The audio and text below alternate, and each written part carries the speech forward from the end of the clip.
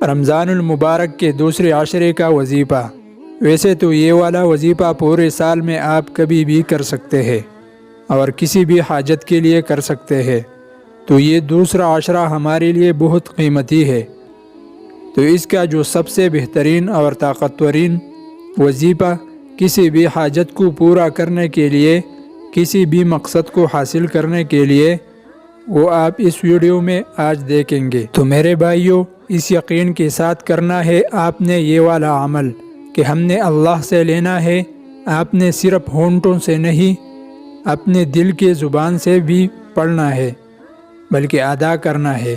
یہ جو میں بیان کروں گا آج والا عمل، نبی اکرم صلی اللہ علیہ وسلم کا ارشاد ہے کہ رمضان المبارک کا یہ دوسرا عشرہ مغفرت کا ہے، تو اس میں ہم اپنے اللہ سے توبہ بھی کریں گے اور اللہ تعالیٰ کو منائیں گے بھی۔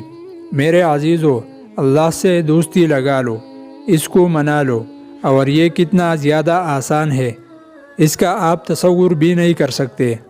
اب میں یہاں پر ایک بات بتاتا ہوں آپ لوگوں کو، اگر ساری زندگی کی گناہ کر کے صرف ایک مرتبہ کہہ دے کہ یا اللہ میرے توبہ، تو اللہ تعالیٰ آپ کی تمام گناہوں کو معاف کر دیں گے۔ صرف آپ نے ایک مرتبہ یہ دل سے کہنا ہے یا اللہ میری توبہ، اور صرف ایک قطرہ آنسوں کا ہونا چاہیے۔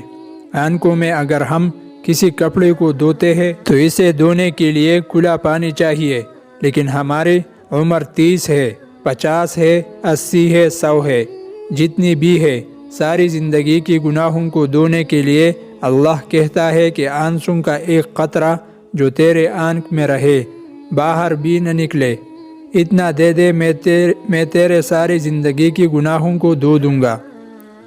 ایک آدمی کہتا ہے کہ مجھے رونا ہی نہیں آتا ہے۔ کئی لوگ ایسے بھی ملتے ہیں، کہتے ہیں کہ مجھے رونا نہیں آتا۔ تو اگر ہم کسی سے کچھ مانگتے ہیں تو ہم اس حساب سے مانگتے ہیں کہ اس کو ہم پر ترس آ جائے اور ہماری مراد ہے پوری کر دے۔ تو کیا ہم اللہ سے یہ کہہ سکتے ہیں ہائے میرے اللہ مجھے معاف کر دے؟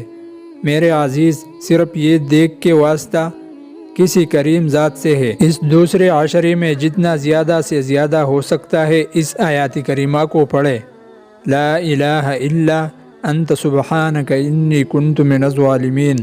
اور زیادہ بہتر یہ ہے کہ اس کے ساتھ 5 نمازیں ہیں، اور آج کل تو ہمارے بھائی بہن سحری کے لیے تہجد کے وقت اٹھتے ہیں، تو نماز تہجد بھی پڑھ لے، اس کے بعد ایک تسبیح کر لے، اور اول و آخر درود ابراہیمی ضرور پڑھ لے۔